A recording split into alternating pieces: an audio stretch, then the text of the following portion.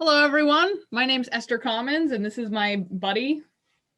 I'm Al. Hello. And we're here to talk to you about opening up and communicating with your spirit team. And we're going to touch on some techniques on how to do that, as well as how to develop discernment. So you know what you're getting, and you're getting your energy's worth out of the whole deal. Sounds good. Let's roll. Yeah, let's do it. All right. How are you today? I'm doing well. How are you? I'm good, man. I'm good. Just sat here in my grid land of geometrical wonder. Looks like fun. It is very fun. It's quite bendy. But, anyway, so I guess like we should start with kind of the basics, like the fundamentals, like how to open yourself up to this type of communication, recognizing the type of communication, because I think it's over mystified as to what it actually is. And we're receiving communication and guidance all of the time, literally every minute of the day. And if we think about our sort of perception of immediate awareness is quite narrow in terms of what's actually going on and the information that's available to us. So what do you think would be a good place to begin for people to start noticing? I think if people are completely new to the subject, the first thing to do is center into the present moment. However, you feel comfortable doing that. I know for me, I like to use cues. There are certain number patterns that I'll use to kind of remind myself like, hey, open up, like something. There's more than here than that meets the eye. And a lot of it has to do with intention. If you want it, it will come to you, but you have to be ready and open to it. That's a big thing, is a lot of people, they want to talk to these guides or things like that, but it's second guessing. And I've done it myself. You just second guess all the signs, like, oh, is that really what it means? If it's a sign, then it's a sign, and take it for what it is. What about you, Al? Yeah, I think the numbers are a great one. Matching numbers and mirrored numbers. And then also, like you say, centering in on the self. So like in the group that I run, we'll talk about later, we have the weekly themes. And the weekly themes are all basically an excuse to get you to do this kind of centering practice, bringing the unconscious to the conscious. And I think that's a real mistake that people can make, not doing that, because it's so easy to see when people are sharing channel message that's just ego, shadow, whoa, whoa, whoa. Because it's very imbalanced, very uncentered. And it can't just be a case of suddenly you're going to walk into the lounge of higher beings and go, hey, what's up? And that's that. It has to be a very gradual process, and an allowing, a consent as well. You have to consent to it, because nothing happens here without our consent, and I think that's quite a radical idea, because people could be like, well, what do you mean? Bad stuff happens because I said okay to it? Yeah, of course, So if we want the good stuff to happen, we have to say okay to that. And then not only are we just kind of centering ourselves, we have to get out of the way of ourselves as well. We can't just like expect to then arrive where we are with all of the crap that we've been carrying with us. Yeah, I think that goes right along with this idea of being grateful for the signs you do get, or the communication that is coming through. Even something as simple as like, you walk into a party and you get a bad feeling and you walk out, be grateful for it. Those little things, if you follow those little steps, that can lead you to the more open communication. That's it. It's like anything. You always start small. And, I do a lot of work with law of attraction, and everything in that says you start very small, very manageable, very noticeable. And to me, the two things go hand in hand, because you're dealing with the field beyond the 3 dimensions and 5 senses. You're dealing with something else. So all of these are just like different windows into that realm. And I think that it's very easy for people to think that they're channeling, but they're actually just kind of communing with their subconscious. Yeah. So that's another like where do we draw the line there? Well, that goes right into discernment, actually doing the work behind the practice. Nothing comes from nothing. I don't think that many people are able to just one day open up and start having multidimensional conversations without ever having to question what's coming through. Which is why I think also another good thing to do if you're just starting out is to really take note of your dreams and keep a dream journal, because that's the first way you are communicating in other realms. Even if you're not open to some of the more advanced forms of communication, a lot of people will tell you that their dreams is, there's something weird about that. So take note of that. And and if you don't have dreams, you can always listen to some extra frequencies, set some strong intentions, journal what you feel when you wake up. That's a big one. A lot of times we're looking for the visions and the voices, but it really starts with the sensations and the feelings, the emotions that come with all of this. And then you can hone it into the more specific conversations and channeling, etc. Yeah, I think that's bang on, really, because with the dreams, we take a lot of them for granted. Dreams can be incredibly inspiring events. And isn't all of this at the end of the day, when all is said and done, it's all about what you take away from it and do next, rather than kind of going, oh, wow, I sat and had a conversation with a pharaoh last night. And it becomes about you speaking to the pharaoh rather than what the pharaoh said, Yeah. rather than what the advice was or what the intention was, the quality of the communication. I think too that very much ties right into like staying in the present moment, because we can, if we're always comparing our present experience with what has happened or what could happen, then we're not appreciating what's coming through in the present. We're not staying in the now. We can't appreciate and have the gratitude there. And really, we're clogging our own mind, and we aren't going to be able to get the same sort of messages coming through if we're doing the ifs, ands, buts, or shoulda, coulda, wouldas, or will do's. Which I think is why dreams are a big thing, because a lot of times you don't remember them for most of the day. So if you wake up in the morning and you really push yourself to remember right then, write them down, just sit with the feeling, even, it develops that sort of awareness of the present moment. That's it. And there can be funny things. Like the other day, last week, in my dream, I remember I was just driving a van, like randomly in the street. I was like, why am I driving a van? And then unexpectedly, we found a piece of furniture not too far away, and by the hour van service, hired the van literally a few hours later. And I was just like, whoa, this is kind of weird. And how is it I kind of had this bizarre premonition about driving a van in my dream state the night before? And it to me, that's where you kind of like these different fields of study start to overlap: the astral work, the law of attraction work, the matrix re-imprinting work, and just the out and out channeling. All of these kind of things you start to like. What's that? The vision I get. Oh god, we're in like a few minutes in. It's like I'm having a vision of like people sticking skewers into an orange. Right. Yeah. And ultimately, the orange is the same orange, and the juice is coming out of the orange just from different points.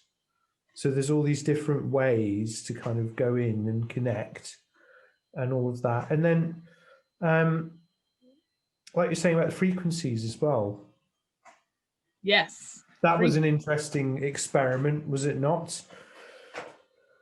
Yeah, frequencies can, just a little disclaimer, if you're new to listening to frequencies regularly, it can get real weird real fast. So just be aware, especially when it comes to binaural beats or isochronic tones, some of the lower theta waves. If you're not prepared for it, definitely start out with something more soothing around, I don't know what, 432 hertz is a good baseline, I think, for starting out with frequencies.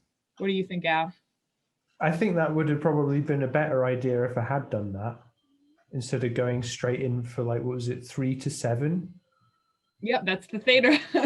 Right down in there, like, yeah, come on. Like, I mean, I guess like I have a bit of a gung-ho approach when it comes to these things. Like I wouldn't advocate that others do that. I know my own mind. I've done a lot of shadow work, and I help others with their shadow work. So it's a very kind of like, if you know the realm, you can kind of just do that Han Solo thing, just swoop right down in there, bam, there you are, and Right. everything else can be damned. But even then, that's a gamble. Like, Absolutely. I can attest to that. I'm pretty similar in that, where when I get on a subject, I'm kind of like a dog with a bone and I can't let it go. And that's basically how my more psychic skills started to develop, as it became almost an obsession for a while. And but along with all of these wonderful experiences of having the visions and meeting the team and all that, comes a great deal of shadow work. And that's the thing, is a lot of times we look to the end goal without actually considering the steps to get there. And for me, it's all about developing discernment. Yeah, the shadow work, shadow work, shadow work, belief clearing. What do you think, Al? This is your sort of realm of expertise. wow, I can only practice what I practice. um, I'm just, again, it's like visions. You know what you're saying the other day about a pipe, that if the water to flow through the pipe is to nourish us, the pipe must be clean. Yes. So if you're going to turn on the tap and a load of like brown water comes out with like bits and blobs and bleh, you're not really going to want to put that in your mouth. It's not going to do you very good. So it's that thing, you know, cleaning the pipe, cleaning the means of transport, cleaning that. So you have to break free of the cultural conditioning, cultural, social, political, religious conditioning has to be put to one side. I'm not saying that you suddenly just go, no, I must renounce everything I hold dear. Like, not at all.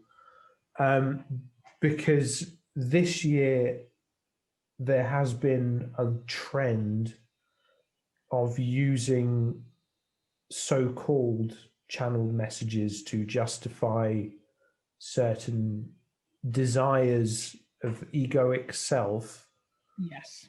rather than what a true channeled message would be, which wouldn't even really touch on these matters. Yeah, I think that's a huge subject to touch on, because I think that is kind of brings us to the core of communicating, which is as within, so without. So if you can develop discernment on what is out there and what you're actually seeing other people do, and what feels right and what doesn't feel right, that's the first step right there. If you can read a channeled message and you get that warm feeling and you feel comforted by the spirit world, then by all means put some faith into that, if you feel so inclined. But if you're feeling, maybe that doesn't sound quite right, or if you feel like it makes you special, that's a big one for me. If a message is making you more special than your fellow man, then I don't subscribe to that. And this might make some people angry. To me, I think spirituality is one of the least special things in the world. It's our right as beings, not even as humans. Every single biotic and abiotic form of consciousness is a spiritual entity. And so if we are using our spirit to make ourselves higher or lower than someone else, I don't care who it is, then to me, that's not from a higher dimension. That's either from the same dimension or a lower dimension, or more than likely the ego. What do you think, Al?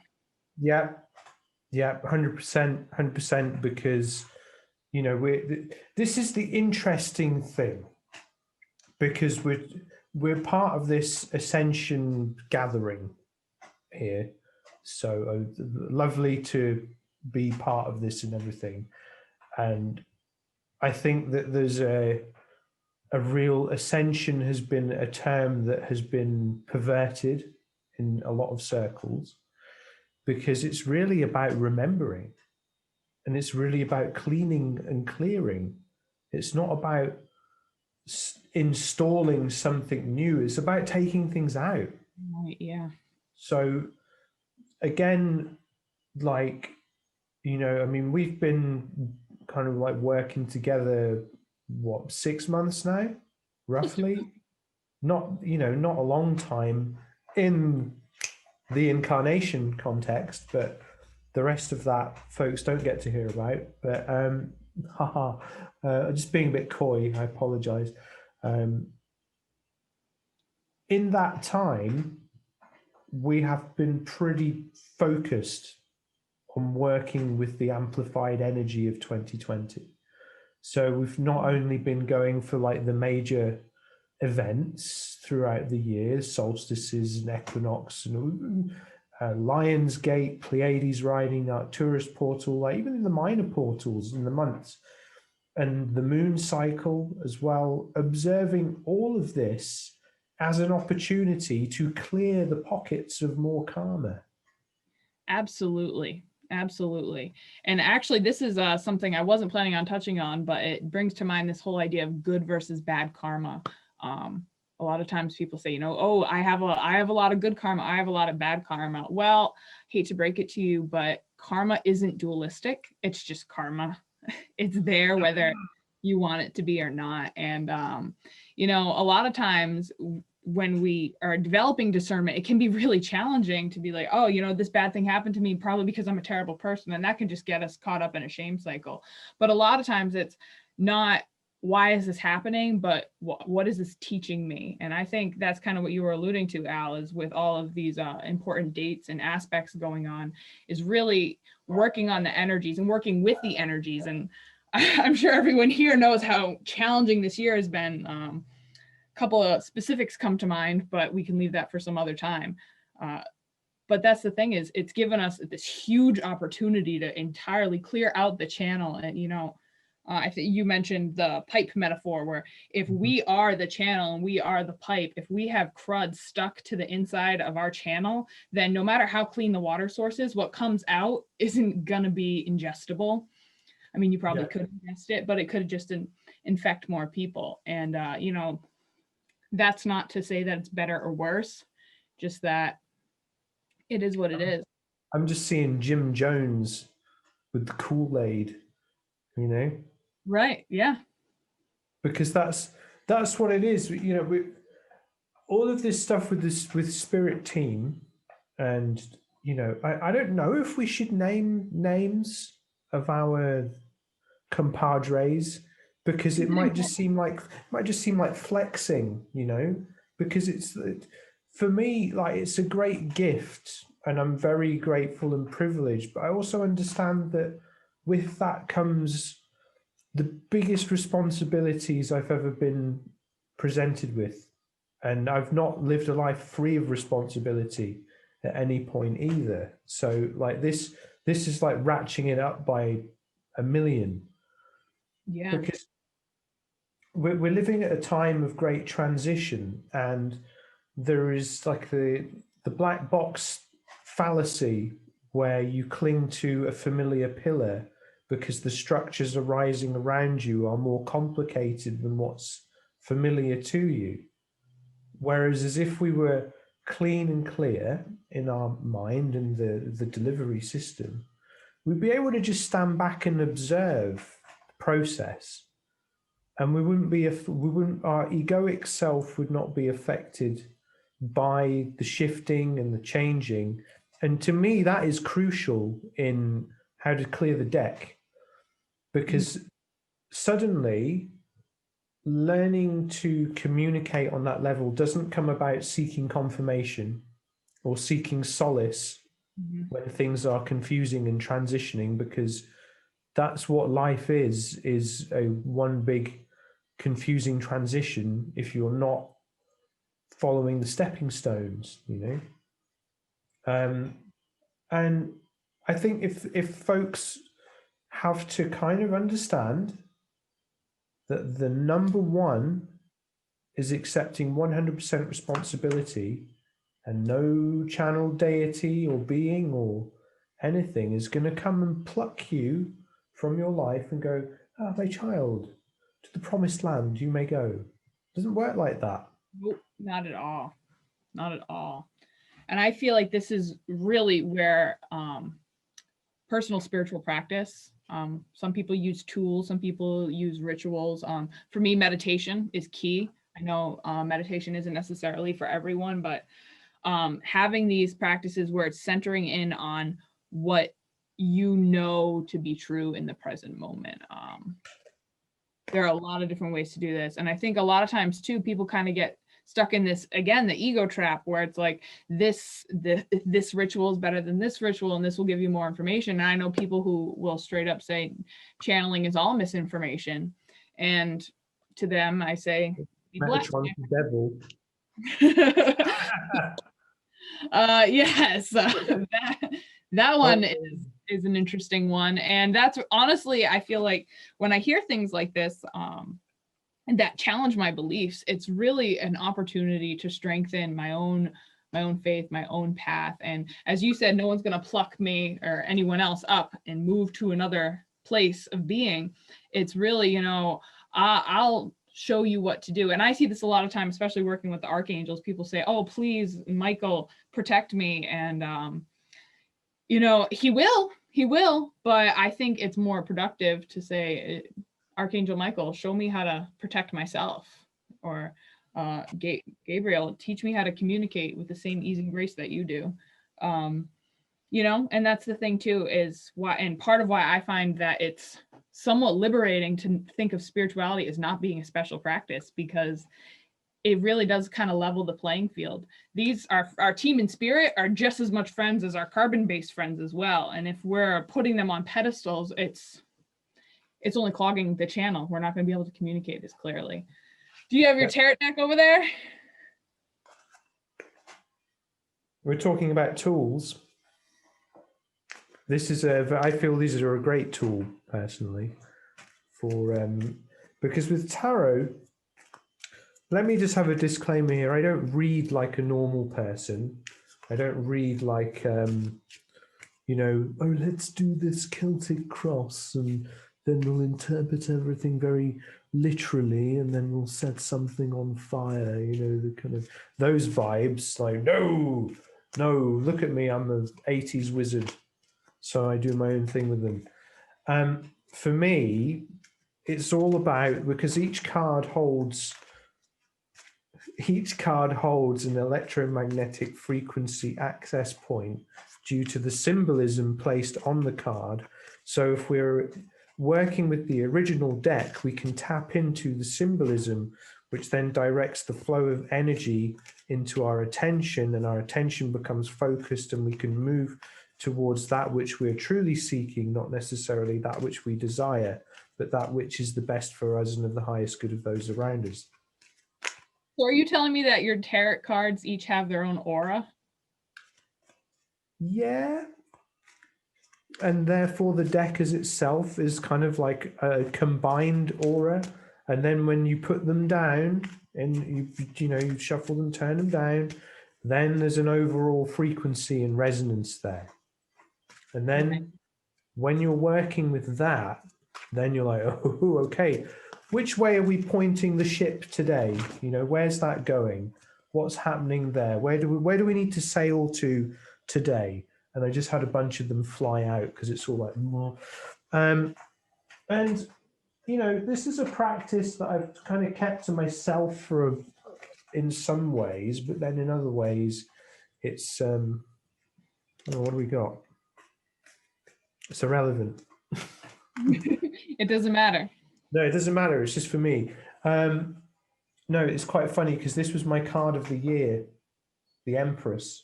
Look at that. Look how the green screen's messing with the tarot card. She's right in the grid with you. Yeah.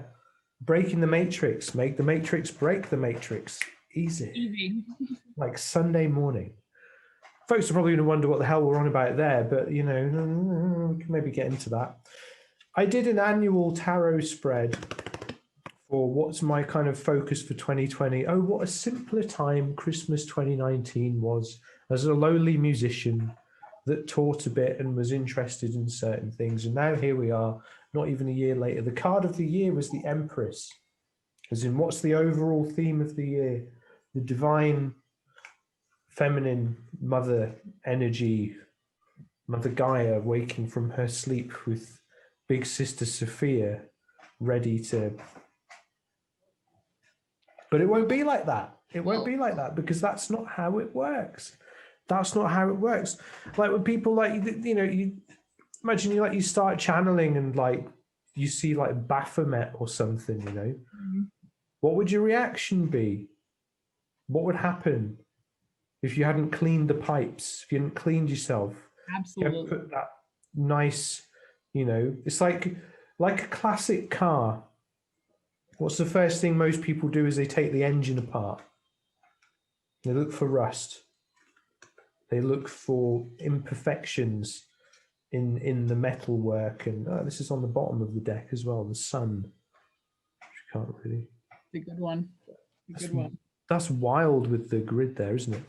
But the point is, it's like if you're using these as a tool, you can maybe start with just one card a day and say, what was the energy that I need to connect with today? And Yeah. then when you're hooked into that frequency, and then you go about the day observing that, or how can I embody more of this quality in my behaviors, thoughts, intentions, and emotions, then it's like you're starting to come into alignment with that. I Yeah. only started reading in 2017, and that was a very fast process, but it felt like that enabled me to see doorways in situations. Because again, another misconception is we don't have to shave our heads and wear robes and eat nothing other than the sun. You know, I hate that. I Yeah. find it's complete, as we would say in my dear hometown of Glasgow, which is complete shite, absolute shite, because it becomes another ego trap again, the spiritual egotism. So this is the other thing. Here's the other thing. All right. So one thing that you have to be really careful of is that by getting obsessed with escaping a matrix, you don't create another matrix for yourself, Yes. because Yeah. then you've swapped an apple for an orange. Yeah. Well, I've heard some Eastern mysticism talk about the method that you use to escape a trap becomes a trap, you know. And I've done that myself, even with meditation, you know. There was a time where I was like, oh, you can't meditate too much. And I assure you, you absolutely can, because then you're taking yourself out of the present moment. It's not about clearing the channel anymore. It's about avoiding what's already in there.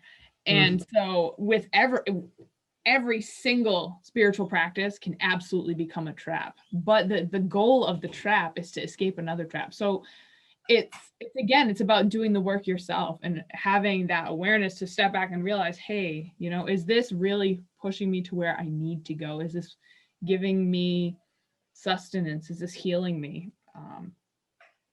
Yeah. And that, I think, research.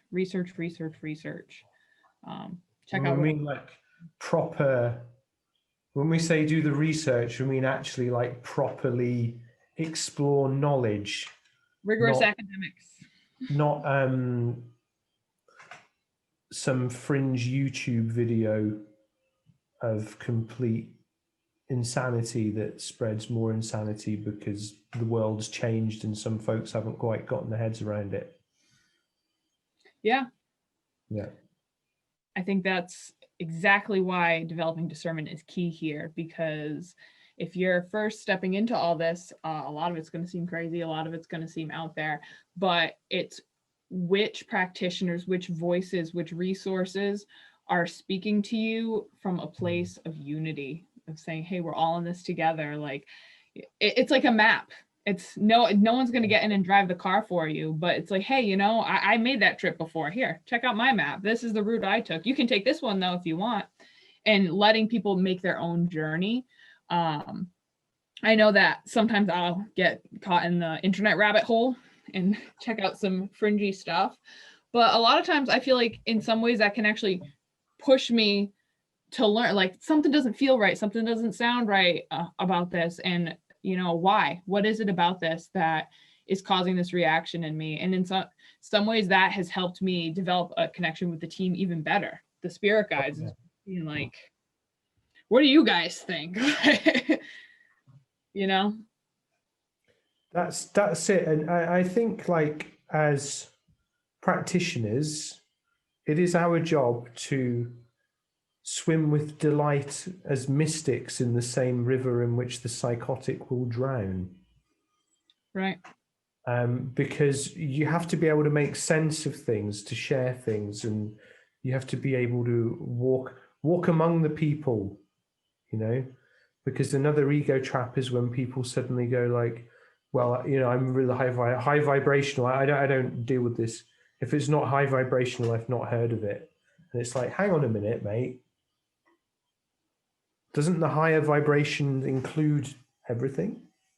Well, we're musicians. A chord is going to have low notes and high notes, but that's what makes it the chord. That's what makes it beautiful. That's what makes it together. And that's what essentially makes it music, is what when it all comes together. And there are a lot of high vibrational things that, might not necessarily work for you. And that's okay too, and that's where it's more about like, where am I on my journey? What's my next step? What's the logical next step? That's it. Because enlightenment is only the beginning. Absolutely. You know, Alignment's the name of the journey. It's for me, it's not even a place. It's like, that's the name on the map. You have reached enlightenment. Feel free to explore. welcome to this wonderful land. Yeah. Yeah. That's it. So there's I think it's very easy for people to take themselves out of the game and then treat other people with derision when they're on an earlier part of the journey. And you know what? The thing that's really important is that if you're on the road, you're on the road. It doesn't matter if you're following the path of the road in some jet fighter plane really quickly, or you're just walking up it barefoot, checking out everything on the way, really immersing in it. And then, of course, everything in between. You're making that journey all about cleaning and clearing, ownership, responsibility, really bringing it all together. Then you'll get there when you're supposed to get there. And it was not going to look like it will do for any two people. It's going to look different. Absolutely. Absolutely. And I think too, this is where the question that I get a lot of times is about guides particular. And they say, oh, so-and-so says this to you, but I heard that they say this. And it's, well, there could be a lot of reasons for that. I'm at a different place in my journey as perhaps the next person, but also, who says that these beings have to be one size fits all for everyone? Like they're multidimensional beings just like we are, and the way I speak to my mom isn't the same way I speak to Al, isn't the same way I speak to my dog. But at the same time, those are all me. That's all Esther. And who's to say Archangel Michael or a number of other beings can't communicate in the same way, where it's on an individual basis. And that's the thing too. I personally believe we've been developing these connections for many, many incarnations, and don't put a number on it. There's too many. Yeah. And like they could all be happening all at once at the same time as well. So, like all of existence could literally just be the blink of an eye. We wouldn't know because our current state, we decode information in a certain way. And I think, again, the discernment comes back on the table, and we have to be very measured about everything. And sometimes, a feather in your path might mean confirmation. Sometimes it just might mean it fell off a bird's ass. Right. Yeah. So you got to really tune your radar, clear out the old data, and appreciate the little bits and pieces because they grow. Absolutely. I mean, I think you bring up a good point too, is a lot of times when we're opening up to these things, we see signs everywhere. I know for me, when it came to numbers, when I first started noticing the number sequences, I felt like I was going crazy because I just saw the numbers everywhere. I'm like, oh my gosh, which ones do I listen to? Because now I'm getting all of them. And then it just came to centering in on the present moment and being like, wow, numbers are a gift. Thank you. And just accepting it for what it is and not necessarily looking for a deeper meaning. I get this a lot of times when people ask for dream interpretations. It's like, oh, well, what does this mean? And I can give you what my impression is, but that doesn't necessarily mean that's the truth for you. And it doesn't necessarily mean that you just didn't have a really weird day before you went to sleep. let's not make mountains out of molehills here. But at the same time, appreciate it for what it is. And I think that's where the balance comes in and the real discernment. Yeah, that's it. And like making sure that you open up the higher doors, that your feet stay on the ground as well. You know, you'll inevitably have moments where you might feel like, well, what the hell is going on? I feel like some kind of bizarre creature in a meaty spacesuit. But that's just part of it, you know, and it passes and then you move forward and then stuff changes, you know. It's not really anything to get too hung up upon, Right. I would say.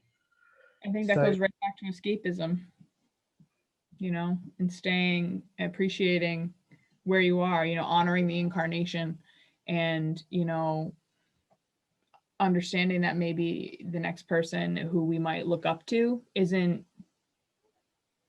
necessarily higher or lower than us, but they're on their own path. yeah, exactly. So it's, you know, because everyone's got their, you know, everyone's own journey is different and we can't compare. And when we start comparing, we get to measuring and then we fall back into the construct. And then you've created another form of matrix for yourself. If we can just be observers, then we will see more. And if we can listen to what is quiet, because the universe always speaks in whispers, yet we choose to clutter our minds with noise. Right. Absolutely. Absolutely. And I think too that the noise isn't necessarily our thoughts, but our emotions as well. I know that for a number of years, I didn't really understand what empathy, what the implications of extreme empathy or high sensitivity were. And I was taking on all this emotional baggage that wasn't even mine. And now that I'm in a different place where, you know, I'm working to clear this channel, I can, even if I am having an emotional reaction, it doesn't necessarily mean I have to identify with it. I am angry. I'm experiencing a moment of anger and appreciate it for what it is. Because maybe it's teaching me something. Maybe it's showing me where I have an unhealed wound or where to direct my passion. That nothing is black and white. Well, this is the thing when we talk about the beliefs, it's the things that rise up immediately, our response to the stimulus, because we're only ever responding, you know, and a response can be in a reaction. And if you're reacting to things, like someone posts something on Facebook, like, oh my God, the world's gone mad, man, I got to share this right now. Like you're in that tennis match where you're not in control. It's contraction. That's what I feel it as. It's contracting, and energy can't run through me if I'm in a contracted state. And cultivating awareness a lot of times starts with it, just saying and loving yourself and saying, I am in a contracted state. And that's it. And just accepting it for what it is. And then maybe as time goes on, you can learn to accept, I'm in a contracted state. Now I will work to open myself back up. But a lot of times, meet yourself where you're at. Same with everyone else. You know, I'm not going to go to a beggar on the street and ask them why they're not a CEO of a major corporation. You know, it's not my business. I might give them a loaf of bread if I happen to have it, but and that's what it's really all about too. And when we're communicating with our spirit guides, they're doing the same thing. They're not going to come to us and give us these grand visions of interdimensional travel if we're not ready for it. It's going to start with the little things, the numbers, the feathers, the friend calling out of the blue when you just talked about them the other day, all that kind of stuff. And for me, that's huge. Those are a lot of time where the biggest signs come is in the very little things, you know. Maybe the woman who serves me my coffee tells me exactly what I needed to hear, you know. That's And it. yeah, That's it, because you've got to be paying attention. You've got to get out of your head and into the world.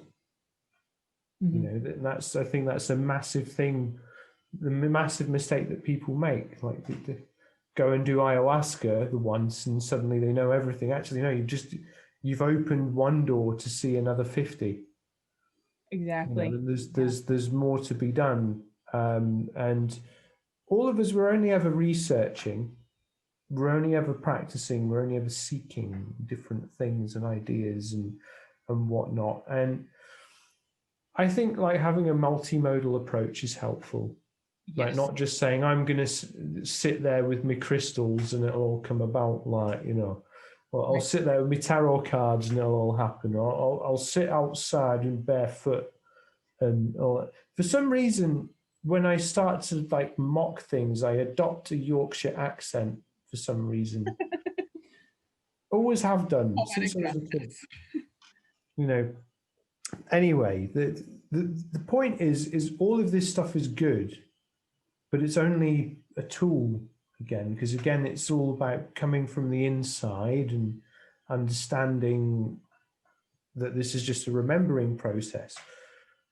Those of us that have been following the portals all year, it's not like come 21st of December, we're going to suddenly evaporate and go, I'm a light body now.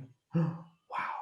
What do I do? You know, like Mr. Burns on The Simpsons when he gets injected with all that nuclear stuff and looks like an alien, like for glowing green Right. wandering Yeah. through the forest at night. And this idea that we're suddenly going to fundamentally change, it doesn't work like that either. And again, it's like that's another like upper matrix trap. And it's very interesting now as we record this in December the 10th. It's 22:22 as I'm saying that on my clock, like right now. Once Bam. again, isn't that the case yesterday? Yeah, it was indeed. It's very interesting now that seeing in a lot of the Facebook community groups that people who are posting the dualistic stuff are getting hoofed out. You Right. know, people might go, "Oh, it's censorship," or "They're working for the dark forces, man." You know, like, it's not. It's like, no, we're coming to the point where the 2020 sprint is drawing to a close, and it's easy for those of us who've been following the cues to see where folks have maybe been. See, this is the thing I want to get into. This is kind of like channeling don'ts.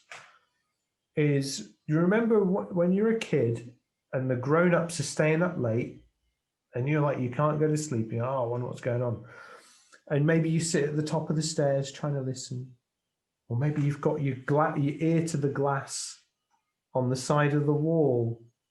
And then you hear like someone walks towards the door and you run away back towards your bedroom and then suddenly you put it on Facebook as a post from the Galactic Federation. Right. Absolutely. I think too, a lot of times we jump to share what we're hearing and what we're experiencing when it's not always for everyone. And a lot of times we end up filling in the gaps that aren't going to be true for everyone. I mean, I don't believe that there's any one truth necessarily, but I do think that what is true will be true and feel true and everything about it will be true because that's logical. And I think that's actually, I'm going to jump right into that real quick. When you're getting into communicating with spirits, whether it's earth spirits, galactic spirits, angelic realms, whomever, you have to have a grounding philosophy that brings you back to baseline. For me, it's logic. If it's not logical, then it's not logical. And I know that might sound illogical, like, oh, you're talking to the air, but there's logic there to it. Because if I'm a human and I have an energy body because of the way my biology works, then everything else that has a vibration is going to have some sort of consciousness. And that is the logic there.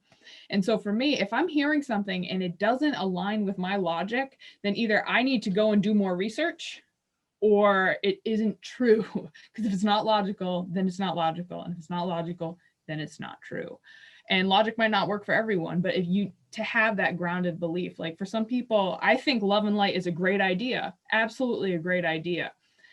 But I think it's the definition of love that is what gets in the way. Is a lot of times when people say, oh, love and light to you, love becomes almost like a sticker to like paper over the icky spots.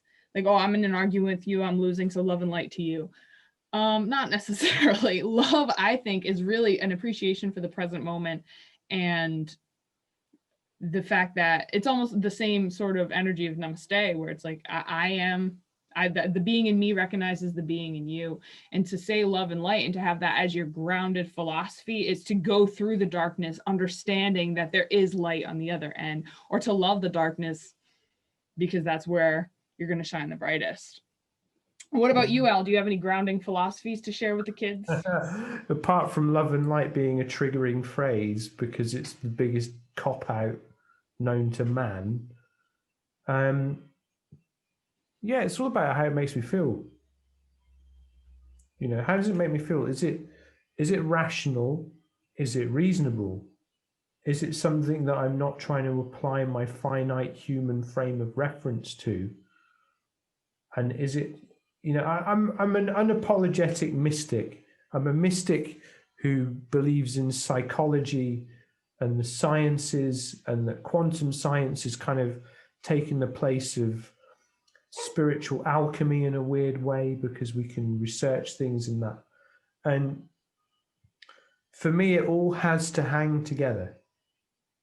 And I know that there is no version of reality where there's a chosen people. I know that there's no version of reality where there's going to be some thing where, like, the earth flips upside down and we all fly off and there's this great tribulation. There's so much metaphor that's Right. being taken literally. So to me, that's like, you know, is it the kid listening up against the wall with the glass? Is it someone channeling their ego? Is it someone channeling their shadow? Is it all of that? This is when I'm reading stuff. It's why I Right. like Daniel Scranton so much, because he's like, his channeling is bang on.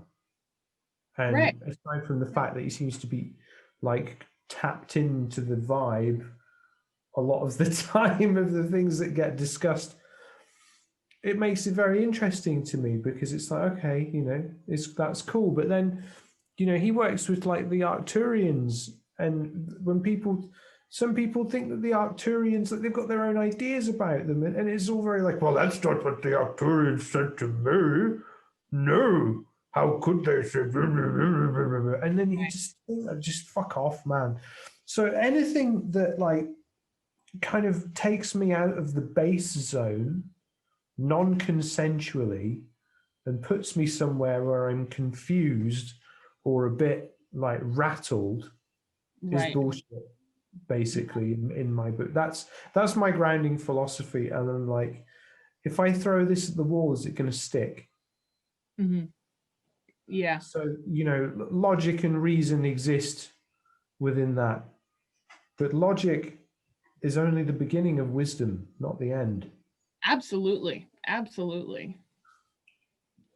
And I think too, for me, mysticism is all about questioning everything. I don't think that anyone who claims to be a mystic should be taking anything for true, even if you've believed it forever, even if it feels right. And that's the thing, is that when you're working with channeling and mediumship, especially, is, you know, I can easily go up to someone and say, "Hi, my name's Laura," and they can talk to me all day long thinking my name's Laura just because I said it. And extra dimensional beings can do the same thing. And that's where things get really tricky, really, really, really, really fast too, because, Yeah. you know, especially when we're opening up to this and we're like, well, so and so says that Metatron said this, and then so and so says that Metatron said this. What did Metatron really say? Well, Metatron said what Metatron needed to say, you know. And that's the thing too, is we hear what we're ready to hear too, and we have that filter of our conscious mind. It's like, oh, Metatron didn't tell me that I'm doing it wrong. He loves me. Yes, he does love you, but he will tell you that you're doing it wrong if you're doing it wrong. um and that, I could go on for a while about sanitizing these ascended masters of all different kinds, because a lot of times we have a preconceived notion of what's supposed to come through, and then when what comes through, we we want to chop parts off and craft it into what it isn't. What? Because maybe we've got books to sell, or a mailing list to maintain, or a social media following to keep up with, as has been observed in some of the groups. Again, you know, I don't think anyone has a right to claim authority over anything in particular if they're using it for divisive ends. Absolutely. I point to the Ashtar channeling. This is a sensitive subject for me, as I feel especially connected to the Ashtar energy. It's been a big role in my own journey. And a lot of times what I see coming through, not only does it not align with what I'm hearing on my own mediumship, but it also just doesn't feel right. It doesn't feel like what an ascended master would say. And that's the thing too, is an ascended master is a being that exists on multiple levels of reality and can communicate with us. We're anchored in the 3D. We have carbon-based bodies. We're 3D beings. So if they can communicate with us as well as much, much, much higher, then I don't really know what else to say about that. They are fully complex beings, and they're going to know a lot more than they're supposed to know. And they're not going to cater to the 3D. They're definitely not going to cater to our 3D expectations. And this is where fundamentalism is a real challenge for me.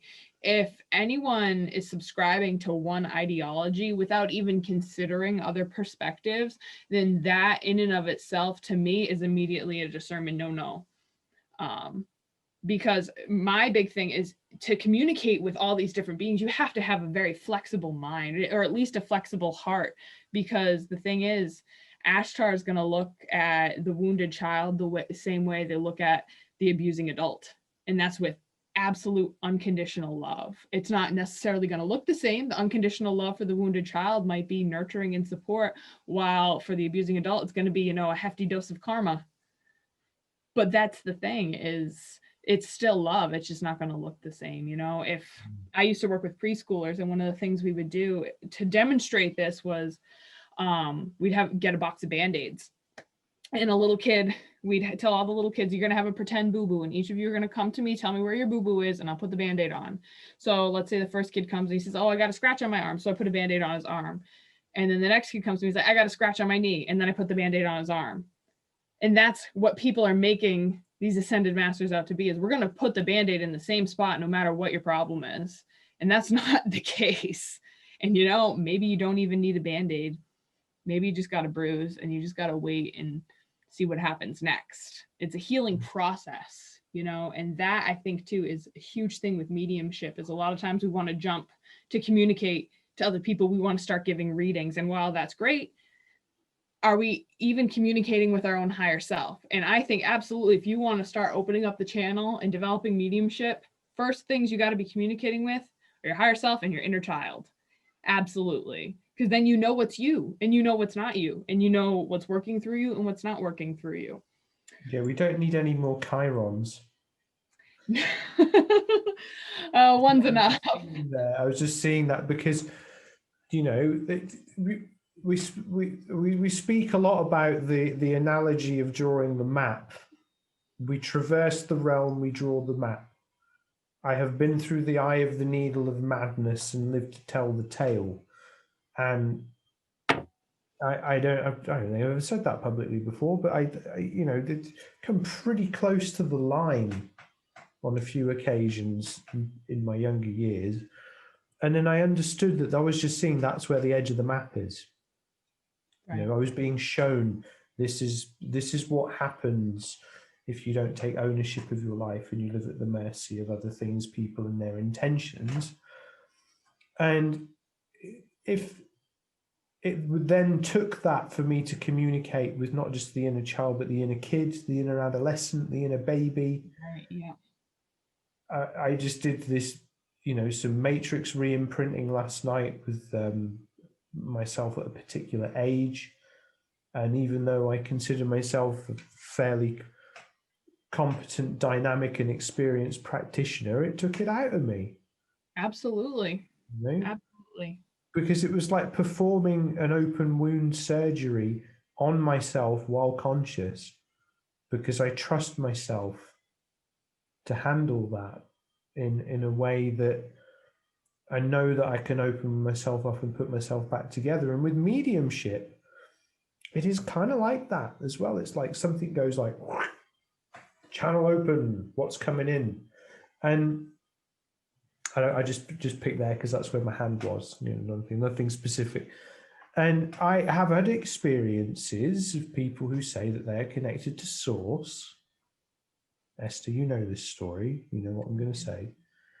And they used their own logic of supposedly being connected to source, receiving a vision that was only beneficial to them and only served their purposes. And then they didn't like it when it was communicated to them after consultation with a number of people in the field and my own meditations and reflections being shown that that is not source. That is like the film Doctor Strange, the Dark Dimension. They all have this little mark. It's like someone masquerading as source, a Right. lower density being than the source energy, because source energy doesn't just show up on command and doesn't necessarily show you anything other than it's there. Right. Absolutely. Because there's other ways to communicate intentions and ideas. And I think it's interesting. I mean, how many people are there called Esther in the world? At least a dozen. And where does the name originate from? Persia.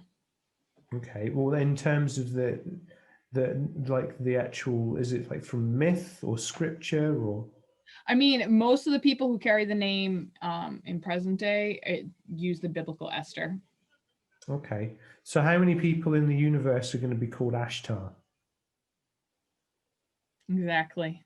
And how many of them are the OG, and how many of them are maybe named after the story or wearing the mask? Right. And I think too, a lot of times the thing that we're really struggling to discern is what is ours and what is not ours. Because I know a lot of times I've had a case where I was working with a woman for a number of weeks, and she and we talked a lot about channeling, and we got to a point where something wasn't feeling right to me, and she communicated to me that she felt that there were collections of energies stuck in her aura that would talk to her. And she had a specific word for them that I'm not going to say here because I just don't think it's going to help. But to me, that is the essence of an entity, is something trapped where it doesn't belong, basically. And, I kind of mentioned that to her, and I, suggested some stuff. And she told me that when she had tried to work with some of the techniques I had told her, it felt almost like chopping off her hand or her arm, because she had identified so much with what her perception of that energy was, that to undo it actually meant a complete reprogramming of the mind. And this is something too I see a lot in fundamental Christianity. So a lot of times it's like, oh, well, I'm talking to Jesus and I know what Jesus sounds like. And then I see them praying in front of the crucifix. And I'm like, well, you could very well be talking to Jesus, but are you talking to the Jesus who fed the many, or are you talking to the Jesus who was suffering? And, we love to say, oh, yeah, he suffered too. Then why is that the version you're talking to? Why aren't you talking to the ascended version, or the version of him that, was teaching? That's the thing too, is that ascended masters and beings of light don't exist in a vacuum. It's not like this is the one version of Archangel Gabriel. This is what he is all the time. Absolutely not. It's not necessarily that he has like bad days or good days, but it's like, are you talking to the Gabriel that was here when Earth first began, or are you talking to the version of him in 2020 that has a lot of calls coming in right now and is going to just give you the dose of medicine that you need? Or are you talking to the version in the future where things have settled down and communication's a lot easier and a lot smoother? And that's the thing too, is if we're working from a linear time model, that's impossible. But then again, all of this is impossible from a linear time model. But if you think of it as fluid, you can connect with any number of these deities at any point in time. So when we're talking to a specific ascended master or guide, or, I love animal guides, but you can talk to a bear cub, or you can talk to a mama bear who's on her like fifth litter, you know, and there's going to be very different wisdom coming from both ends there. And it's still the spirit of the bear, but what's coming through is changing. So not only once you advance to the point where, you know, you're maintaining a clear channel, because it's a maintaining thing, it's not a one and done, my channel's clear, I'm good forever. It becomes not only discernment of, all right, am I clear? Who am I talking to? But when am I talking to? What version of this am I talking to? Am I talking to the version that is still really angry about all the wars fought in my name? Or am I talking to the version that is love and light all the time? To go back to the Christianity thing again, you know, one of my favorite Bible stories is when Christ lost his temper and destroyed the temple. And that's the thing, is like we say, oh, that was an isolated incident, or he was doing a symbolic interaction where he was showing them the anger of God. Nah, dude, he lost his temper because he was a human.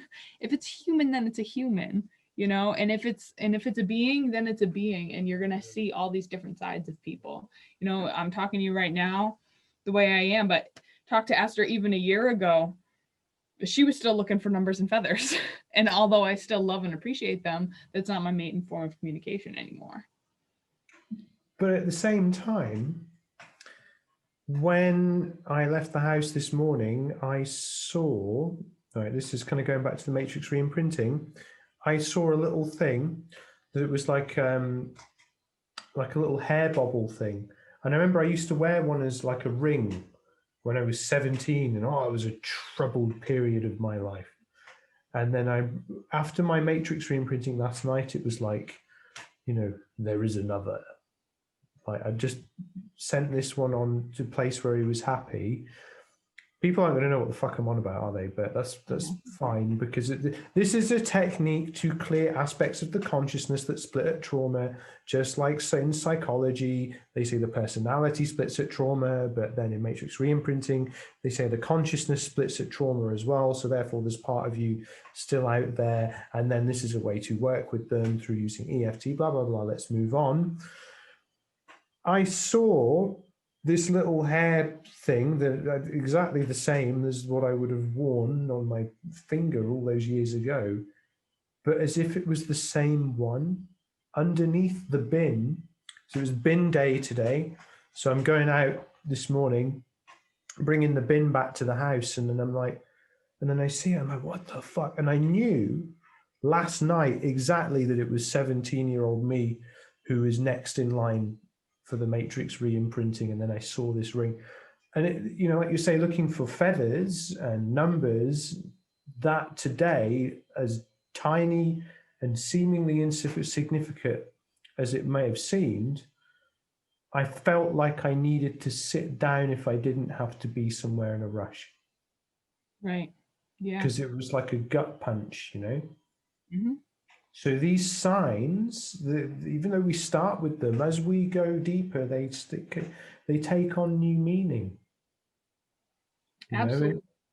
Yeah. And when we get shown a very direct piece of communication, the further down our line we go, the more of an impact it has, in my opinion. Absolutely. Yeah. And I think too, you know, a lot of times when we're starting out, we'll get these big signs, and then sometimes we set that expectation that that's how it's always going to be. But a lot of times that's just to get our attention so that we actually can catch the small things that have been coming our way all along. You know, I was personally upset by a post in one of the groups a couple months ago that was asking, they had posted a picture of themselves and they were asking for information on their energy. But the thing that didn't make me angry, the thing that made me angry was that they're like, and I know I'm surrounded by guides and masters and I have all these beings of light around me. And I'm like, immediately what I picked up on in this picture was that although they are aware that they're there, they're not communicating with them, or they're not accepting the signs that are coming through. And after a while, you know, if you're not giving consent, they don't have to stay. They don't have to stay. You know, they're here for us. But at the same time, you know, if we think of Earth as a school where our soul comes to learn these lessons, you know, I've been a teacher before. I still consider myself a teacher in a different way. You know, a lot of times if a kid's not learning the lesson, then it's going to have to wait till next year, or a different teacher is going to have to do it, because, you know, and I don't necessarily think that these ascended masters are throwing temper tantrums because you're not listening, but I think, you know, they might say, you know, we had a deal. You know, I'd come into your life at this time, give you these signs, I'd give you this and this and this and this and this. And if you're still not going to take it, void contract, moves on. And that actually brings me to a completely different point about changing of the spirit guides. Because I know I get people all the time who said, especially when it comes to like passed over loved ones, they'll say, oh, you know, I've felt my grandfather's presence with me for years, and then all of a sudden he's not there anymore. What do I do? How do I get him back? And a lot of times it has to do with, well, maybe both of you, it doesn't serve the same purpose anymore, you know, and while you can still have love for this crossed over being, maybe it's time to bring in a new energy. And same is true for them. It's all a dance. It's all a dance when it comes to communicating, both with carbon-based beings as well as extra dimensional. Is, you know, it's one thing at a time. And I think too, I love the dance analogy in particular, because I think about you know, if you're doing like a group dance and you're switching from partner to partner, you know, every once in a while someone's going to step on your foot, and how do you react to that? You know, if my guides give me a sign that, you know, I'm not comfortable with, it might feel like they stepped on my foot, but does that mean I just like walk out and say, I'm not dancing with you anymore? Sometimes it means like, oh, whoa, whoa, whoa, whoa, what? Can you slow that down? And that's something too, we can ask our guides how to communicate with us better, you know, but we have to be open to it. You know, I know a few months ago, I was looking for a sign, and I said, oh, give me a number sign. And I spent all day looking for 11, 11, 11, 11. And I didn't get it. I was like, what the heck? And I looked at the clock, and it was 6:44, which is my birth time. So it's not necessarily going to come in the form you want it to. But again, that's just a lesson in opening up. Well, yeah, that and clearing the data. This is why my practice is so focused on cleaning, clearing, aligning conscious, subconscious, unconscious, collective unconscious, cleaning the path, the channels, so people can actually make their own decisions. So you can actually put one foot in front of the other, truly of your own choosing. Until you can do that, then the type of communications that you seek will be difficult, because you want to be able to go into, you know, you have your routine, you have your ritual. I mean, for me, like there's a certain type of incense I find helpful. There's a frequency I find helpful to listen to. And to be quite frank, they tend to show up at about 1:30 in the morning, because I live in London, and the kind of non-three-dimensional energy of just the way the resonance of people's thoughts en masse in London now makes it tricky sometimes to have this kind of communication. So if I want that, I have to stay up late, and I have to prepare, and I have to honor that. And that's fine. That's absolutely fine. But again, that's not static. It changes. Sometimes it can just be a little thing, and then you get a piece of communication. You know, like yourself, I'm also a teacher, once conventional, now very unconventional. And for me, I've always found, and again, also a musician as well, it's always come through the work. Yeah. Because if we're working from inspiration rather than from intention, because inspiration comes when we're clear. So where does the inspiration come from? Right. Down, you know, through the channel, out the hands, out the mouth, out the eyes. We create something. And it's when we transform stimulus from something that can be activating of our anger or paralyzing in our upset, transforming it into something new, creative, going to say it, powerful, positive, and productive, that, that then we can start to see the way that we're getting this kind of communication as well in other ways. Because it's, I think, like one of the running themes of this conversation is that communication from spirit team isn't like picking up the phone and talking to someone. It can be, Right. but it can be a number of different things. It could be how you decide to dress one day. It could be how you decide to combine ingredients in a pan that you're cooking food to feed your loved ones. And you're Right. just going with it, you're just flowing, you're just vibing. You know, there's all of this stuff. People take it for granted. They're getting communication all the fucking time. All Well, of the time. exactly. And we see it in the artist community all the time. We say, oh, I channeled this work. And they don't necessarily mean I was talking to my guides and they told me to make this. It just means they let it come through them, you know? And to me, that's the same thing. There are definitely levels to this kind of mediumship. And, you know, I have some beings that I talk to that literally just drop by to have fun and hang out. I have other ones who are, you know, more like, all right, Esther, let's get down to business. And then I have other ones who, you know, kind of just tap on my shoulder.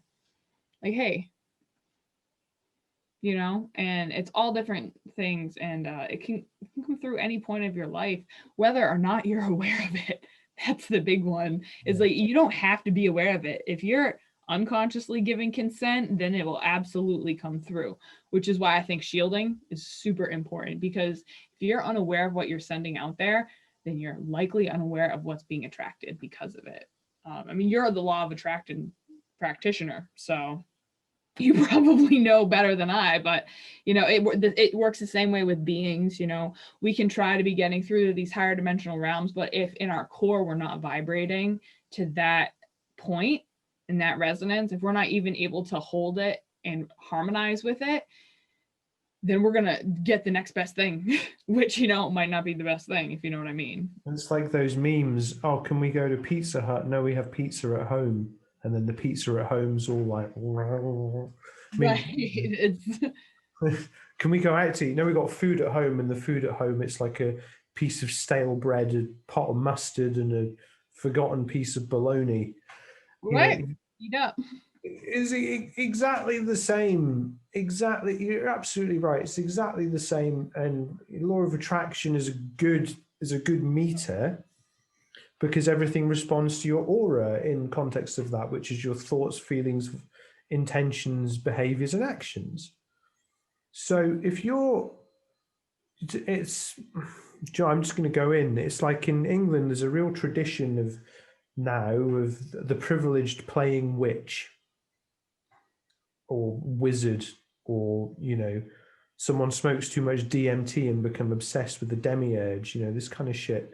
Um, the, I just like, I can't remember there's this, what film it was, but it's like one of these like old teachers going, "You're messing with forces you don't understand, boy.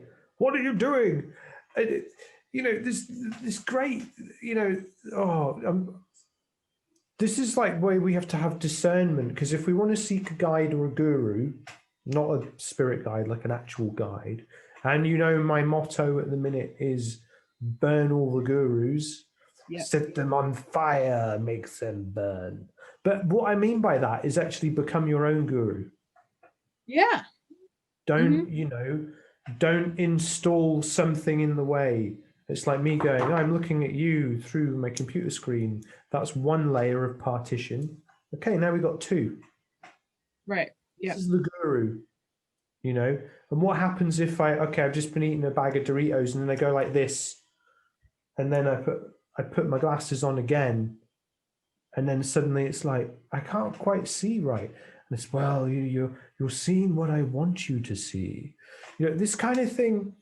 Like any true master teacher, of which there are many and we aspire to be, I would never call myself one, but any true master teacher knows when to get out of the way. In fact, their whole goal is to get out of the way. Yeah. The They're not true here to hold your version hand. of the master is they are that which the student grows beyond. And I'm just kind of dishing out the Star Wars quotes and Star Trek quotes tonight. And Got Orion hanging around. watch it, kid. No, that's the archetype talking there. But no, seriously, that energy, that again, let's go into the galactic community for a moment. People are like, it's Pleiades or bust, you know? Yeah.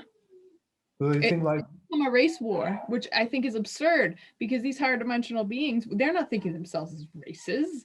Like no, it could be, oh, this is actually a pet peeve of mine. It's like we're taking these human constructs and that which we understand, it's your black box idea, is that like this is what we understand, down here, if someone looks different, if someone does this and that, doesn't necessarily mean I'm going to treat them different, but I'm going to notice it and I'm going to point it out in my mind every time I see them. That's not necessarily how the galactics work. It's like birds, like an ostrich isn't going to look at a hummingbird and be like, oh my God, ew, what are you? I'm a magnificent ostrich and you're this tiny little bird, it's probably not even going to notice them, it has to, it's all about layers, there's so much going on at once. And I think that if there really are interdimensional galactic beings, which I do believe, then why on earth would they be doing the same crap that has us stuck here? And I probably shouldn't even say that because we're not really stuck on earth. We've chosen to. everyone chose to come to Earth, and even the consciousness, because I'm a fan of the work of Dr. Michael Newton with the Journey of Souls and his Destiny of Souls, and what was the other book, Wisdom of Souls, which was put together after his death. All of this stuff is recorded case studies of the spirit world. Mm-hmm. And that to me is fascinating because you see coming to Earth is a great gift and great joy. And also there's talk of incarnating on other worlds as well, just as like, yes, like no big deal. This is just a thing. If we live in a universe of limitless possibility, we have to entertain limitless possibility, but that means not having prejudice. Yeah. And not going, oh, you said Orion, that's so dirty word, oh my God.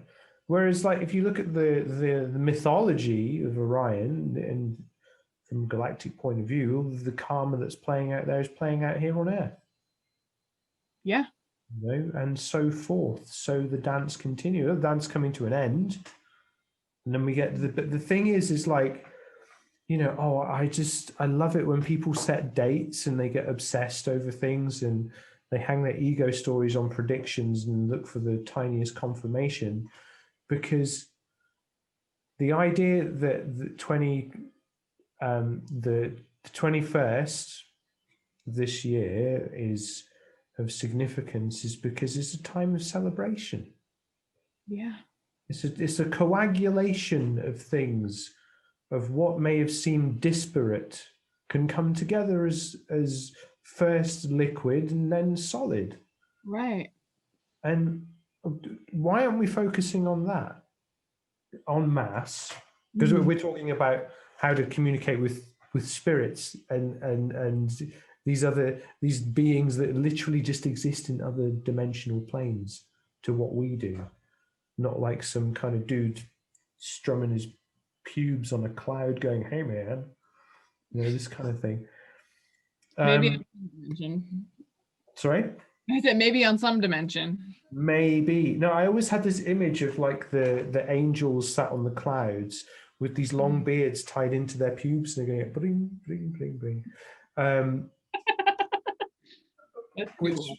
which was kind of like, where I grew up, it was very lots of church related stuff. And not in my family, but I see that it was again this kind of like people would behave as they wished and then go on Sunday to repent and then just carry on. Right. And I think that ties right back into what you were saying, because the thing is, like, Earth is a free will planet, like, and no matter what happens on the 21st, what I believe is that there's going to be a lot of big energies at play, and no matter how that manifests, what really does matter is how we as individuals are handling it, because whether we want to admit it or not, we are all one part of the same whole. So the more of us who are willing to just embrace the flow instead of trying to control the river itself and say, you know what, I'm on this ride, let's go, the more it's going to be able to come through and manifest in a positive way. And I think too, like what we were saying early on about working with the portals. And this is what it's all about, is no matter how it manifests, be grateful that it's manifesting at all. And then it's giving you this opportunity, because I know not everyone subscribes to this belief, but I'm a firm believer, absolutely, that we chose to come to Earth. And it is a great honor and a great privilege. Yeah. And I'm coming from some degree of privilege, but then other degrees where, I haven't had one of these hella sweet lives or anything. It's been an adventure from day one. And if I think of it as an adventure and as an opportunity for growth, then I'm going to keep growing. But if I think of it as, oh my gosh, I'm trapped here, then I'm going to contract, and I'm not going to be able to communicate with the beings and the team in the way I would want to, and that's where you're going to get the ego trap, as well as perhaps even lower dimensional beings. And that's something we've kind of skirted around on this talk, but they're there. Careful who shows up when you put the DMT pipe to your mouth. Yeah. Careful who shows up, who you invoke, because there's, the psychedelic renaissance is a wonderful thing. However, these are healing tools that need to be treated with respect and proper practice, because otherwise it's just cultural appropriation. Yeah. Said it, Yeah, and addiction, Yeah, and escapism, and then you got the mark of the dark dimension there. And I saw it as this H.P. Lovecraft style squid of despair. Mm-hmm. At the end of each one of its tentacles were these practitioners of this particular group. I'm trying to be careful with my wording because I'll give the game away big time. And it was as if they were kind of like going and they were wanting to like put this thing on my forehead. And I was like, oh, no, I had this vision when I was in the shower. And I was like trying to think like, well, how do I deal with this? And it was like, you want to know what's happening? This is what's happening. Okay, cool. How do I deal with that? So shielding, the 12D shielding technique, and then doing the astral intention of shielding the consciousness zone, which was funny because it was you that gave me that advice. And then that night in my dream, there was me and my partner wandering around this house that spanned like 4 different countries and had all of the different seasons in it. And some of them, the door to that house and some of these places were like, it's really like rotten wooden door. And I was like, no, we're going to build the doors up again. Right. And then we're going to surround it in shielding and like invoking the archetype of Odin. Yeah. Because as you know, I work with Odin all the time. And that, again, that's another great thing about how like the view of paganism has become distorted, and how when somebody used to talk about paganism now in a lot of circles and they go, they weren't the Nazis pagans. And they're like, yeah, but what about the Crusades? Yeah. What about all of the other religious wars? What about the occult really like messing with shit because they're better to do? Goes right back to spirituality isn't special, No, exactly. Yeah. And we, the whole thing with like the Odinic archetype is interesting because this is a return of this archetype in the collective unconsciousness, because the Abrahamic faith is not the Christianity is not our natural religion. It's not these are not the true practices of people of this planet. We need to, if we're going to have anything, it's about being in harmony with our environment, not being master of our environment. Right. It's about honoring the different aspects which can be represented in different deities, therefore giving credence without debate to the polytheistic systems. Right. Well, and the thing is, I think a lot of times when those of us who've grown up within the Abrahamic structure is that everything is taught to us as if it is true. But if we think about the people who actually built the faith, the prophets of old and all that, they were mystics, they were explorers. And, we have these bigger forces that can be broken down into smaller ones, and it's where you are in your journey is going to tell you what you're ready to work with. You know, we can pray to God all we want, and we're like, oh, why doesn't he work in such miraculous ways? Well, he is, but it's going to come to you in the form of like a butterfly floating by you, should you Yeah, be accept it.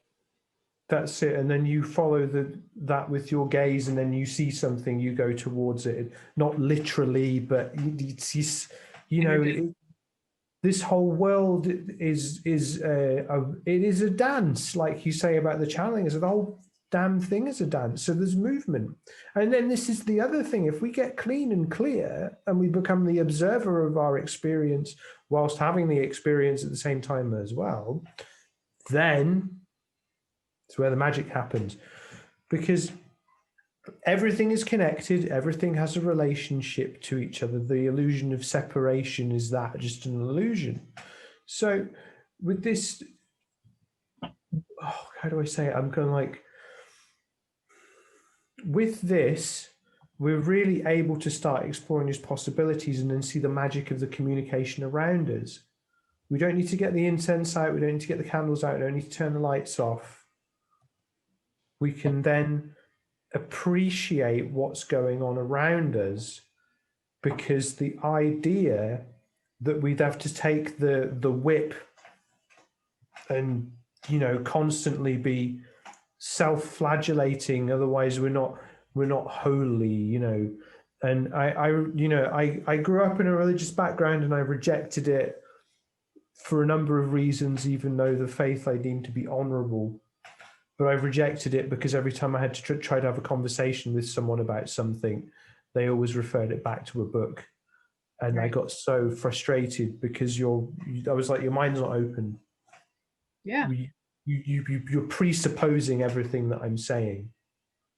Yeah. And it's this idea that people think, oh, well, you're acting with demonic forces. And like, that very prominent New Age author who made a lot of money, was very successful, then got face to face with their own shadow and freaked out, and has now spent the rest of the time denouncing it.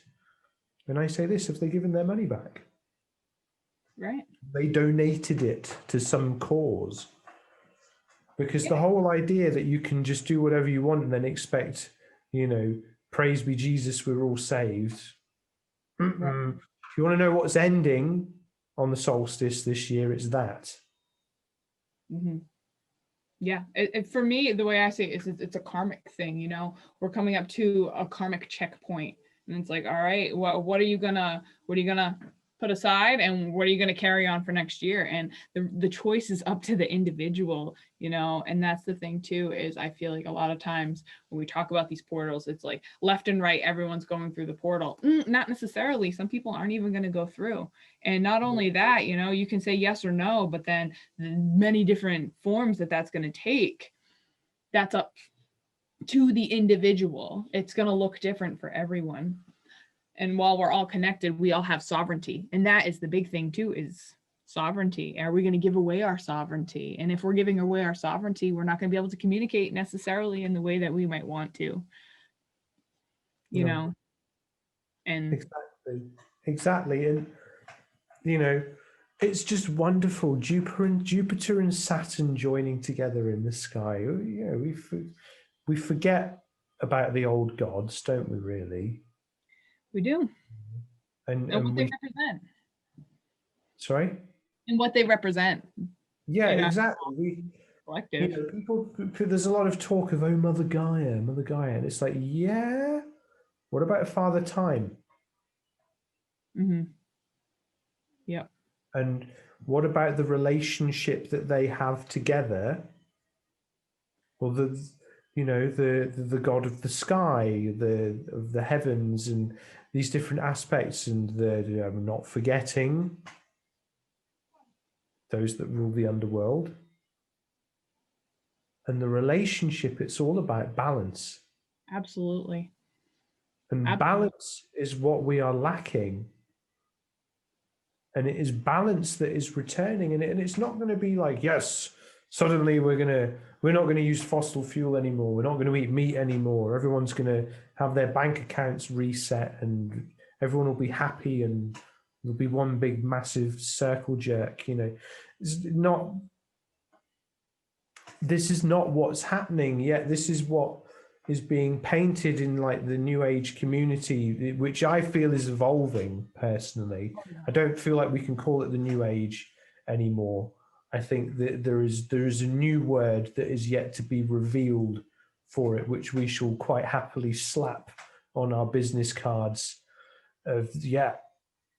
Absolutely. And I keep getting shown like the Temple of Saturn in my mind's eye, but like is this great grand thing that still stands unaltered. It's not seen the ravages of time, for example. As whoa, that had like 4 meanings to it. Whoa, there we go. See, there you go. It's happening now. There you go. People, you want communication, you want party tricks. We'll give you party tricks. We'll give you communication. We'll dance like a flipping monkey. But we won't. Who's to tell? But the point is, forgetting about the old gods this seems to be the theme for me. When we talk about communicating with the spirit team, is you do not allow people to forget about the old gods. And that's not just going in people's faces. That's the qualities, the ideas. What does the mythology represent? Right. Yeah. And that's the thing too. And I feel like a lot of times in our modernist perspective, we see like, oh, this one was bad, this one was good, this one was this one was that. They're non-dualistic. They're both. And that's the same with all of the spirit guides, in my opinion. We're going to look to these greater, higher ascended masters or beings, and they're just as multifaceted as we are. And a lot of times there's going to be the stigma there. Like you mentioned, the underworld. And if we think of the ruler of the underworld in any number of mythologies, but the one I'm most familiar with is Greek, we think of Hades. And a lot of times it's like we picture like this big villain of this and that. And he was a ruler of all of the deceased, and that was a responsibility. And, I see the old mythologies as very much, they're the same as parables. There's a meaning there, and we don't have, I want to say we don't have the authority or really even the understanding to assign a human value to that. Oh, he was a good one, he was a bad one. Oh, he was this, he was that. Or she was this, she was that.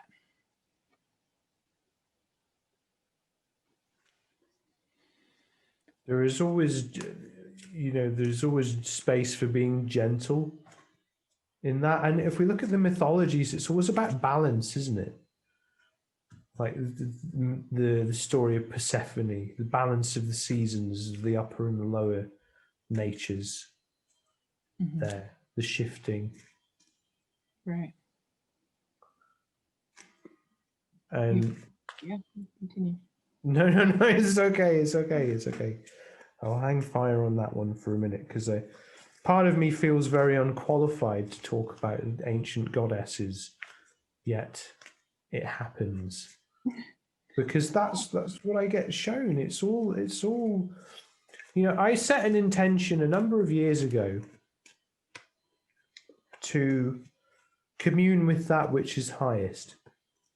No intermediaries, no middlemen, no, I don't want someone interpreting things for me. Give me the books, give me the goods, I'll read them, I'll immerse in them, I'll see what happens, and then I'll like to chat about them with people. And to me, it was very much suddenly like the kind of monotheistic faith suddenly seemed like, you don't need that anymore. Not necessarily as a society, but you personally can, because where you're going includes all of that. Yeah. It's not about throwing it all in the bin. It's not about saying, hey man, your religion is bad. Because I don't believe that. I don't believe in bad religion at all. I think all religion is honorable and of the highest good. I think the devil is in the details, because that is where the devil comes from, isn't it? You know, it's the man-made shit that's the problem. It's the interpretations. It's gathering around the minister, gathering around The guru. yeah, burn the gurus, man. But figuratively, I'm not saying let's set people on fire. I'm saying, like, let's actually start to think for ourselves and use practical systems to access higher consciousness. Right. Well, and if you even look at fire as like a cleansing metaphor, you know, things that are cleansed through fire, and Or you know, purified. Don't perfect. forget. Yes, cleansed and purified through fire. And in a lot of ways, the guru is a part, like there's an old yogic saying that God, guru, and self are one and the same, you know. And if we're looking outside of ourselves for someone to show us, you know, that might serve a purpose for a time. But if we really want to be true to our own sovereignty and our own journey, we're going to have to, you know, take the training wheels off the bike and start rolling at some point, you know. Our dear friend. But the devil, the Queen of Pentacles, Knight of Cups, Two of Cups. And your best friend. You know,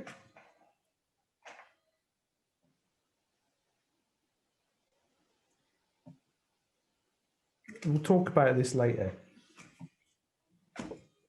when we stop filming, because this is just getting weird now. Pretty much every tarot reading I've done for myself in the past 4 weeks, at the very least every other day, has featured the Tower. Very much an energy of change. Yeah, but as I say, again, there's no bad card. Sometimes you're the Tower, sometimes you're the lightning bolt. And if you see, there is no door on that tower.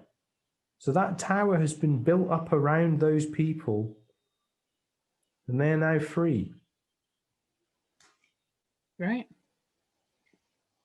I could talk about the cards for ages.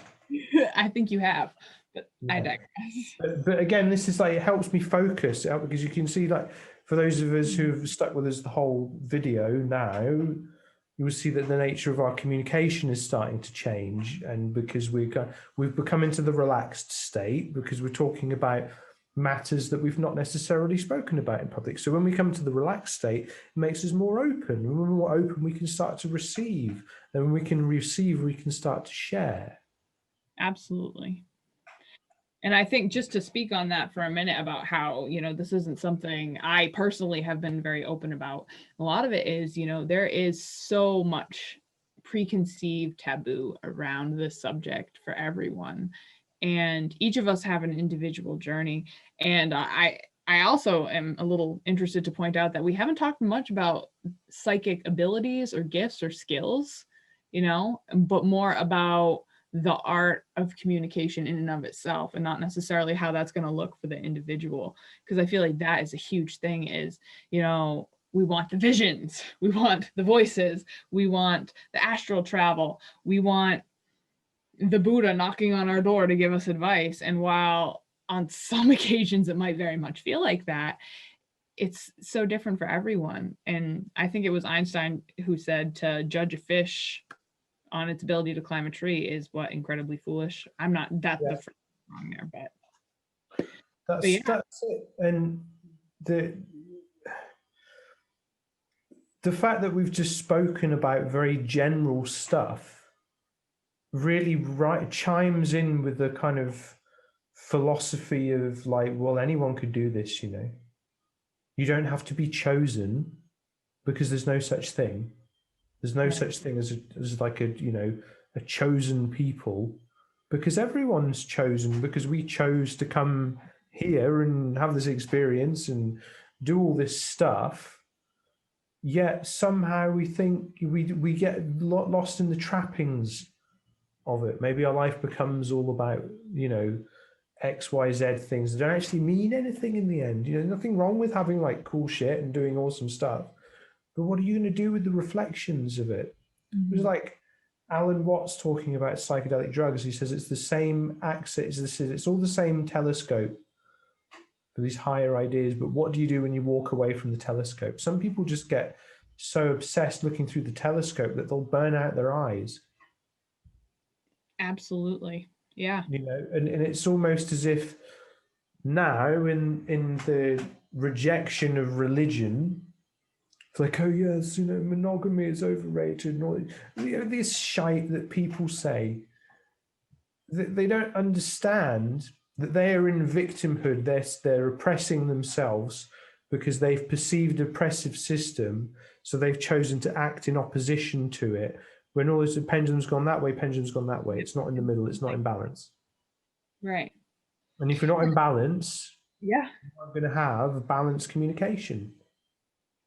Yeah, and I feel like would be a great time to point out that it's so important to respect the process, not only for yourself, but for others. And that doesn't necessarily mean interacting with the process of another, but it does mean honoring that they are on their journey. I know a lot of times I've fallen into this trap myself where I see someone, you know, from what looks to, from my perspective, oh, they're going the wrong way. Like I should show them the right way. I didn't write their soul contracts, you know, I didn't, it's not up to me. And even if I did, or even if I was meant to show them, it's up to them what they do with it. And I feel like a lot of times that's where the traps of the terminology, you know, we think of mediums, we think of Ouija boards and communicating with the dead or necromancy and all that. Mediumship, a lot of times for me, is very silly stuff, you know, just, you know, it doesn't necessarily need to look or sound a certain way. Yeah. It's I've seen someone on my timeline who makes psychic predictions. So apparently next year we're going to have COVID-21, and the whole you know, arrests and all of these things, all those terms. And they're bending themselves over backwards, be like, I've got this communication, I'm a respected psychic, I'm a blah, blah, blah, blah, blah. And it's amazing to see what happens when people put under pressure. Let's go back to the fire a moment. So if we connect with the fire energy, the fire spirit, we'll see that the fire will completely transform and burn away any plastic that will be active on this plane, but through a gradual process, because everything burns at a different temperature. And I want to point out too that when plastic burns, it smells really bad, you know? And although, you know, in the long run, it's like, oh, good, it's gone. But, you know, there are many, many implications to the process itself, you know? And I know for me, it was very much a case of I made a conscious intention to start out this journey. And I won't get into the specifics there, but I was like, you know what, if this is on my path, I'm going to embrace it with all I got. And my spirit team was basically like, yeah, all right. Like, yeah, you said so. So here you go. And they give you what you ask for. So I guess this would be a good time too to mention how to cultivate a connection and develop relationship. So do you think it's important to know names?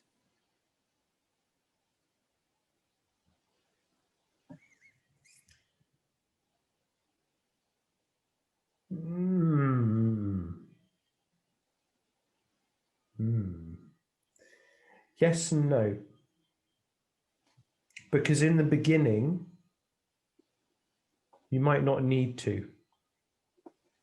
But as the communication becomes diversified and you understand that you're communicating with a number of different consciousness, which is really just a refraction of the source consciousness, then you can start to consider that, because within the refractions of the refractions, the fractalizations, the perspectives, and then the ascension of those consciousnesses within that and everything that's represented, and it starts to get pretty wild. So then it might be helpful to know names at some point, because then if they're attached to myth, then you can start to learn about what they represent. But the whole thing is myths. That's only a very specific piece of the puzzle. Yeah. And we're moving away from a lot of this stuff as well. Like, people wonder about Revelation. Revelation happened like 1500 years ago, you know? Talking about Rome here. They want to get all like bent out of stuff and turn themselves into a noodle over some old words. They're Well, and the already thing happy is, they these missed words it. are, it's a metaphor. It can be true whenever you want it to be true, depending on how you're reading it. And I feel like that's the same sort of energy with the names, you know, while it can be a helpful organization tool, this will happen, then this will happen, and so will say this, and so will say that. That's good for us, the human, but our soul, our essence doesn't need that. You know, it's a tool, you know, and it can be abused. Sometimes I read certain channelings, I'm like, not sure where you're getting that from. You know, sometimes it's a case of scrapbooking names to words. But I Hmm. think the name is almost like, or the label, it's comforting for us, the human, but not necessarily the higher deity. So Nice I, to know where to direct our attention and intentions for one. But at the same time, we have to like consider, well, what does it mean?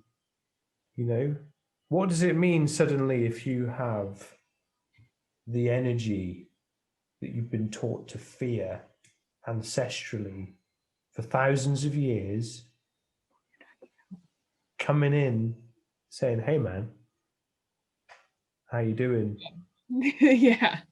You know, it's like that image of I saw a great meme the other day, which was Adam and Eve in the Garden of Eden looking up at the tree with the snake coming down on the apple, but the snake was a hand puppet, and God was stood behind the tree, going like kind of like, "Hey, you want to check this out? Look at it, boy!" Yeah. And I was just like, man, like A lot of truth in that. yeah, there's a lot of truth in that. It's I don't know, like I'm kind of some of this feels like coming out, like because you talk about this stuff in the public domain, people aren't going to look at you in the same way. Well, that's the fear, isn't it? Whereas really, if we're saying we're communicating all the time and everyone's receiving this higher inspiration, then what does that mean? Suddenly, the pyramid goes flips over. So at the top is not necessarily a one or a small group, it's the bottom is the tip, and the individual is presented with infinite expansion. And Well, surely that yeah. is the whole key really for everything going forward is infinite expansion. Well, the Yeah. universe itself, in a scientific sense, is in a state of expansion. So, as we are reflections of the micro is a reflection of the macro, we too are in that state of expansion. And if we are afraid of that, then we can close off to that expansion. But that doesn't mean it's not happening. It's how willing are we to accept it and work with it and be grateful for what it is. Um, and that analogy you used earlier of well, I forgot how you say it, the prophet and the psychosis patient are in the Oh, same water. yeah, the mystic and the psychotic swimming in the same river. One of them with delight, the other one drowning. Yeah. And just a disclaimer there, it doesn't matter what diagnosis you have or if you have a diagnosis or not. No matter us talking like this is automatically going to have people start saying certain words. Some people are going to shut it off, close down to it. That doesn't mean it's not true. It doesn't mean it's not real. It doesn't mean it's not healthy.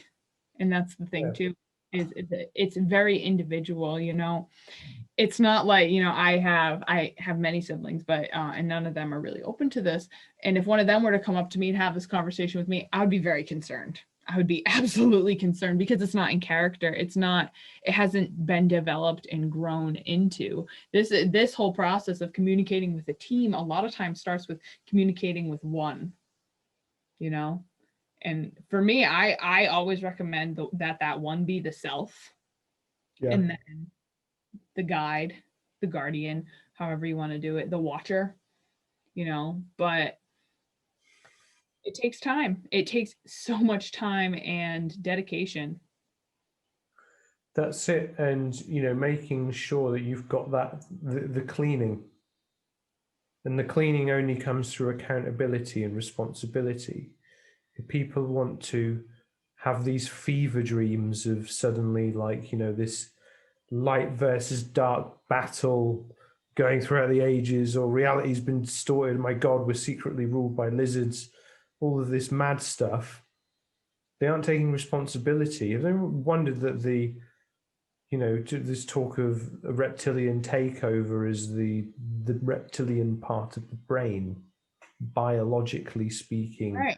It's that ruling the whole case show. of, yeah, it's that whole case of it's true, but do you know why? You know, and Yeah. that's where I think, you know, human language can be very challenging to work with, and why, you know, having names for your guides can be a blessing and a curse in a lot of ways, because in some ways it, you know, it gives us comfort. Like as you said, it makes it easier to connect and have certain intention. But in other cases, it's sometimes it can be like putting a round peg in a square hole. You know, I remember when I was getting a new round of team members, I'll call them, and I resisted. I was like, no, I don't want to talk to you. I want to talk to a different guide. I want to talk to a different guide. Give me them. And it's like, I only made it harder for myself, really, you know, and which is why I also think if you're being approached by lower entities, absolutely shield. But also, if they keep coming back, there's probably a good reason. Send them love, thank them for making themselves known, but absolutely verbalize that you are not consenting to having them in your field. And I think that's the big thing too, is the power of free will is that it's a power, you know? And if Yeah. you can command all you want, but if that's coming from a contracted state, which is why there's some practices that I don't completely align with. I know they work for a lot of people where you command certain entities to do whatever. That doesn't work for me. That doesn't work No, for me. no voodoo. No. Sorry, very strongly something just went No, speak your truth. ignited, like, no, you know, don't, no, no, no, no, do not mess with the natural laws, Yeah, because you incur a debt. absolutely. It's the law of correspondence. Well, and sooner or later that debt must be paid. And Mm-hmm. the debt always accrues interest. Mm-hmm. It is as if with the conspiracies of this year, by far and large, you are putting your karma in a high interest safety deposit bank account that you're going to withdraw it and it's going to have grown a lot. Not that I'm advocating not asking questions, but I'm saying if this escapism, if we're looking at like talking to guides as some kind of escapism and we're looking for some kind of justification, you're not going to get ascended masters showing up at your door. You're going to get the night shift who are like, you know, they'll pretend to be the boss on the phone, make a crank call for like 50 pizzas to your mate's house. It's that kind of it's like a mirror realm Mm-hmm. of what is upper in the lower, but appearing as the upper, and it's very hard for me to describe what I'm seeing right now. Without the discernment, without the responsibility, without the cleaning, without the clearing, without the logic, the reason and the wisdom comes as a result, then you can be very much troubled with the wrong kind of communication. Right. Your team, you're playing against the opposite team, you're not playing on your team, which is just your shadow receptors going off because you brought yourself into alignment. Right. Well, and it is all a matter of alignment, and what you're aligning to is going to dictate what your experience is. And if you're coming at it from a desire for control, or a desire for acceptance, that's not necessarily what you're going to get. And like I said, you know, we have this tendency to like whitewash the archangels and ask them like, love us, do this for us, do that for us.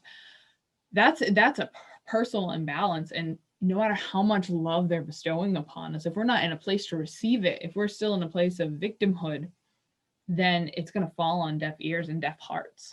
And that to me is where it's key, is that if we're being approached by any being or energy outside of ourselves, it on some level is being attracted to us by something that's within ourselves. Mm-hmm. And a lot of times that comes from the projection of the subconscious mind.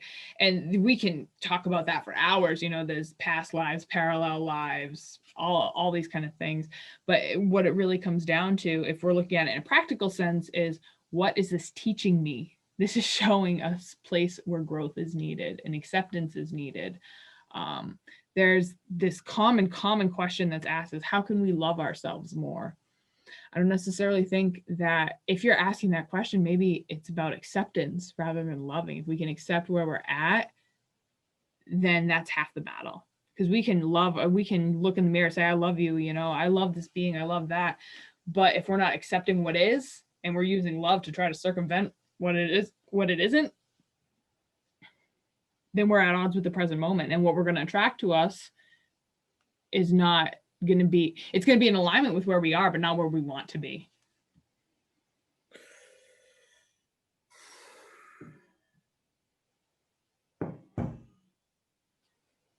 Just it's all about alignment, man. All of it is about alignment. People want like this timeless wisdom, but then all they want is confirmation. It's consent, not confirmation. It's not even channeling. It's consent. It's allowing, being like, hey, imagine that. All right, here's a good one. If you want a fast acting one, here's a good one. Imagine you're laying out a table for a dinner party of 6 guests. And then you're setting the table. You think really carefully about who you want to invite to this dinner party, but focus on the qualities of the person in each seat, rather than, oh, I really want the Archangel Gabriel to come because you know about him in the songs, and then I'd really like Buddha to come because it's like Buddha in it, and like that'd be like dead good to tell all my friends. Like, don't like focus on it like that. Focus on the who do you want to sit in each one of those 6 chairs, and you're gonna, or the 5 chairs, and you'll sit in the 6th one. Right. And then you hold that intention. Hell, even go and sit in the kitchen when it's quiet by yourself and sit there and visualize it and allow them to come and sit with you and break bread. But focus on the qualities rather than the identity, because through the actions, the identity will be revealed. Yeah, no, that's a great one. Then that is a technique that I've used myself, and it is extremely helpful in even just becoming comfortable with the process of opening up. A lot of times too, we can invite in what we need, like talk to your higher self, say like whatever is needed for me in this present moment, please send to me and I will receive it. And then receive it no matter what it is. Like, enjoy it. Embrace it. Surrender. It comes back to surrender. Yeah. If you need a turd thrown at your face in that moment, and you have a turd thrown at your face, go, thank you. This keeps me humble. On the path. Blessed be. Like, Wash the face. Yeah. Yeah, exactly. Then wipe it off and understand what the metaphorical turd meant, because then the next thing that you get won't be that at all. It'll be something totally different, because all of this again, it's the fire just coming through and being like, come on, we need to clean up all this impurities. If we want to have this kind of idea of an ascended consciousness, which is really like what we'd have before you enter the body, really, isn't it? Kind of for most of us, teachers anyway, come here and try and explain things, but all the time we're just trying to remember ourselves. And then when we remember something, we're like, yeah, well, actually, I haven't remembered this, and I'm going to incorporate it in my work in this way, because then you go, aha, now the inspiration has taken new form. Right. New And not life. all of it needs to be shared. I think No, that's exactly. not all of it needs to be shared.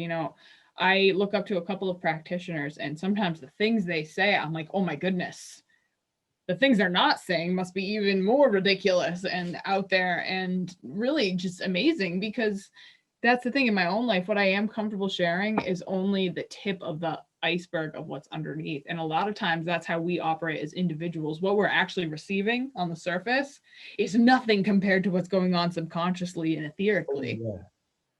People have got no idea what I have seen. People have got no idea what has been. I mean, you know, because I tell you, Yeah. and the partner knows because I tell her, for the most part, no one's got a bloody idea because what I do is I put it into my work. Right. It's a relationship as much as it is with everyone else. We can develop physical carbon-based interdependent relationships. We can do the same thing with our spirit team. And that's the thing too, is I see a lot of times we fall into this fundamental codependency pattern, and that's where you see people really getting unhealthily attached to the idea of a spirit guide rather than Yeah. actually creating an interdependent relationship where it's a give and take, and having inside jokes. Like, yes, you're allowed to have inside jokes with your spirit team. Like, you're allowed to do these things. And I also just want to say real quick that it is a team. There are a lot of different moving parts here. It's not just I have one this and one that, or that only one comes in at a time. They're always accessible, but do you need them? Is it for the highest good that you be communicating? And that's another thing too, is if your intention is for the highest good, then the highest good will come of it. Not necessarily today, not necessarily tomorrow, but if you're on that path, then it will lead you into having a more cohesive connection, not just with what's out there, but what's within here. And you're going to live a more fulfilling life. That's it. That's it. And it's, there's, oh, why am I being asked, guided to kind of talk about believing that you're the reincarnation of something? Do it. Okay. Well, you're not. For one, for one, no one is the reincarnation of anything because these archetypes that we have in our, religious texts and society and stuff, energy fragmenting from like an oversoul, technically, and everyone's a reincarnation of everyone, technically. And those lives lived don't necessarily relate to what's going on now because this is a composite. This me is a composite of what was in the kitchen at the time. Whereas a whole bunch of other things could have come out equally being me and have done at different times because the ingredients in the cupboard were different. Right. Yep. I'm picturing like a big bag of flour, actually. You take a scoop of flour, how many different granules are in there? And that collection that we call 1 cup of flour is actually a lot of smaller pieces, as much as it is part of the bigger sack of flour. And that's the same thing with the way, I'm not going to say the way reincarnation works, but the way reincarnation presents in our lives. And the thing is too, it's if we're operating from a fluid time model, then they're happening now. You can go at any point in history. Theoretically, you can go etherically to any point in history and relive it in a subconscious state, sub or unconscious state. And that's the thing when it comes to like, oh, I am this person reincarnated. And I'll be the first to say, I've done that. I've fallen in that trap, and it doesn't necessarily have to mean that I am the entirety of what this was, I am now. I have a piece of that energy with me. And it's like a little seed. And if I curate it and cultivate it, it can grow into something more beautiful. But that's not all I have. I have a whole garden, and you want to cultivate all that's there, not just the one. And I feel like a lot of times that's when we get stuck in these traps and we get ungrounded, is where we over-identify with one aspect of the self. And you see, and this is thinking that you're all light or all shadow is just as much ego. Thinking you're the best person in the world and thinking you're the worst person in the world is all ego. I know a lot of false humility can seem really attractive, It's pride. It's pride. I mean, I've got a lot of Leo energy. I know a lot about pride. But for me, it's always presented as false humility. Like, oh, I'm not good at that. I can't do that. And there's some self-sabotage there too. But that's the thing, is we're not here to play small, you know? Yeah. And if we are identifying as one reincarnated figure, we're actually playing a lot smaller than what we could be. And so the thing about past lives is, I feel like a lot of times we get so caught up in how many have we had or what role we played, when really the fact that we have them is the most important part to me. The Buddha is credited for giving the metaphor that if you picture a mountain 6 miles wide and 6 miles high, every 100 years a dove flies over with a silk scarf, and the amount of times it would take for that scarf to rub away the entire mountain is how many incarnations each and every person has had, not just star seeds, not just light workers, not just X, Y, and Z, every single person. And this to me is why it's so important to understand that spirituality is for everyone, no matter how they practice it. And if you want to open up to having these more extra dimensional conversations, it's all about starting in the beginning, where you are now. Yeah.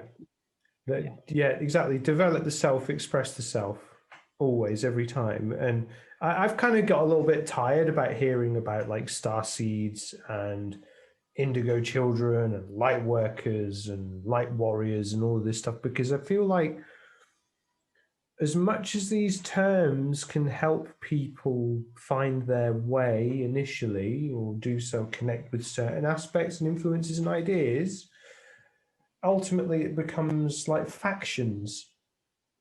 Yeah. You know, like we were talking earlier about the dualistic practitioners getting a bit of a beat down in some of the groups, and rightly so. But one of them, their parting shot was, "We know which side you're on." Oh, you know, in this one group that I saw the other day, but they're basically just getting told off for sharing a bunch of stuff that's saying it was like life is a battle of good versus evil, the oldest trick in the book. And it serves a purpose. It does. And like, I like how you said, when you're first starting out, this can be great to kind of cultivate awareness and, start the process of healing. I feel like that is a huge one. It's like, all right, I'm not who I thought I was, so who am I? And you can't just jump right into the ether and be like, I am that I am, and that's all I need to know. And some people can, but if you can, then be grateful, because this is actually a skill you've been working on for many, many incarnations. And when we talk about opening up, it's going to be easier for some people than for others. And easier is, again, a subjective term. Who's done the work, who's doing the work in this life, who's doing the work in a parallel life, who's doing the work in a past life. It's all relative. And so while it's all of this is possible for everyone, the road to getting there is not going to look the same, and no one's going to come and pick up a group of special people, because there are no special people. People are special just because they're people. Yeah, exactly. That is it. Fundamentally, bring it back to center. Is that if we understand that there's no separation, we understand that we're all just aspects of this infinite expression, we're just perpetually fragmenting across time, dimension, planes of existence. You call it what you want. Yeah. It all brings us back to that sense of, shouldn't we just be trying to find unity? And I remember someone saying back in the summer, "Oh, I'm just tired of hearing about unity. It's all anyone ever talks about." And I was just like, fucking man, like, people are going to talk about it until it's achieved, because we have to build it. And if the very least understanding we're all in this process, and the very least understanding that, yeah, higher communication is amazing, it's great, it opens the door massively, but because it's possible for everyone doesn't mean it's probable. It doesn't mean it's foregone. It's opt-in. You have to do the things that are required to clean and clear and be responsible for the self, take ownership of your process, all of this stuff. Then something may happen. Yeah. And only then. Yeah.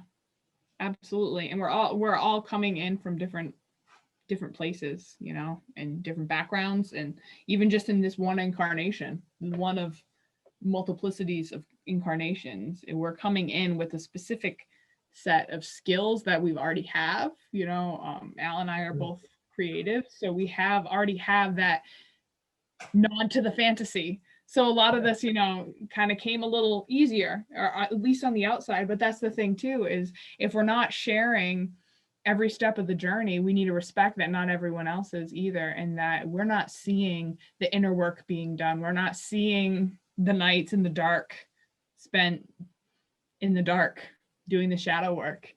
And that's just as much part of it as the easy parts and the fun parts, the joking, the having fun, the channeling. And Yeah, it's not all, you know, it's not all fun and games. It's far from it. And it only, you know, it's just perpetually opening, perpetually reconfiguring, shifting, exploration and adventure, that you need to have some sense of discernment, direction, fortitude, and trusting absolutely. that you will. It's like there's no such thing as a bad trip. You always get the trip that you need. Yeah. I mean, and that's the thing, is if you're surrendering to that belief and you really believe it, that, you know what, it will work out for the highest good. And the pretty highest good is not the highest good. If it looks pretty, I get a little weary, because it's like, we are in a dualistic structure. So there is going to be a light side and a dark side, but really we can fixate on the brightest shade and the darkest shade, or we can look at the symphony of gray. And isn't that beautiful in and of itself? So. Absolutely. Absolutely. Because then that transcends yet includes everything. Indeed. And that's what you do over at Higher Transmissions, right? Sure is.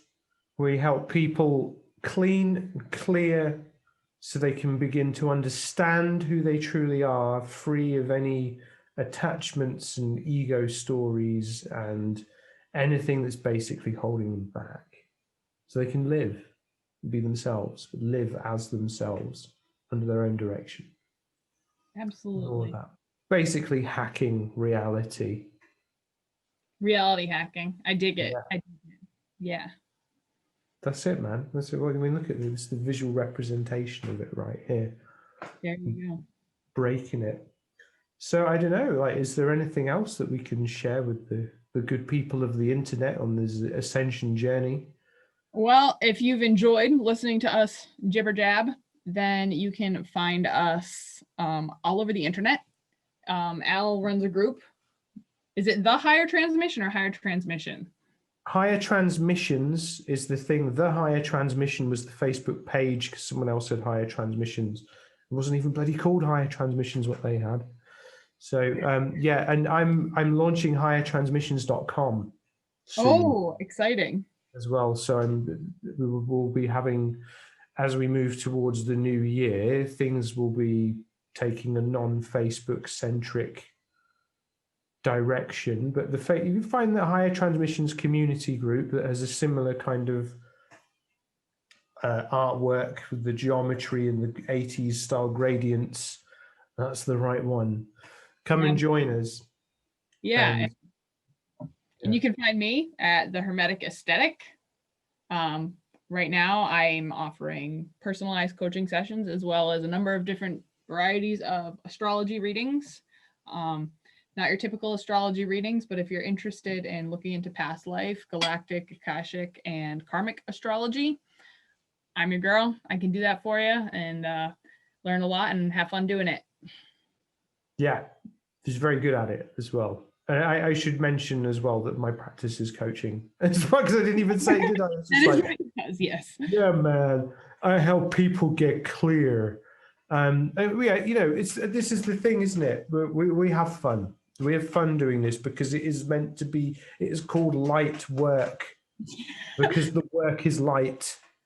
Absolutely. And not like, I'm going to show you a bunch of stuff to freak you out, man, so you can't sleep ever again. It's like, no, this is light, is joyful, be happy, uplifted, wonderful, wonderful, wonderful stuff. you know. So I could just talk all night. Same. Yeah. Well, thank you for having me on this to share thoughts and things. Absolutely. I think it'll be an interesting outcome, to say the least. Yeah, well, I mean, the end of the day, it's just perspective, isn't it? Yeah. We can only speak from our point of this whole ever shifting cavalcade of madness and beauty. Yep. And, Hmm. you know, folks resonate with that. That's great. If they don't, to keep looking, you know, that's the whole point. You know, I'm not here to tell anyone what to do. It's just like, just be yourself Hmm. fundamentally.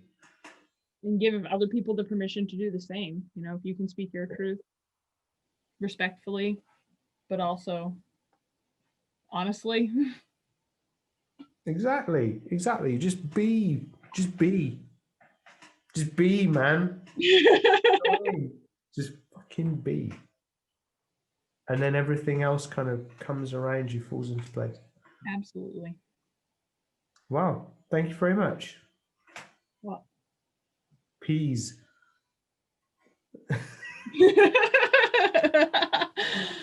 All right.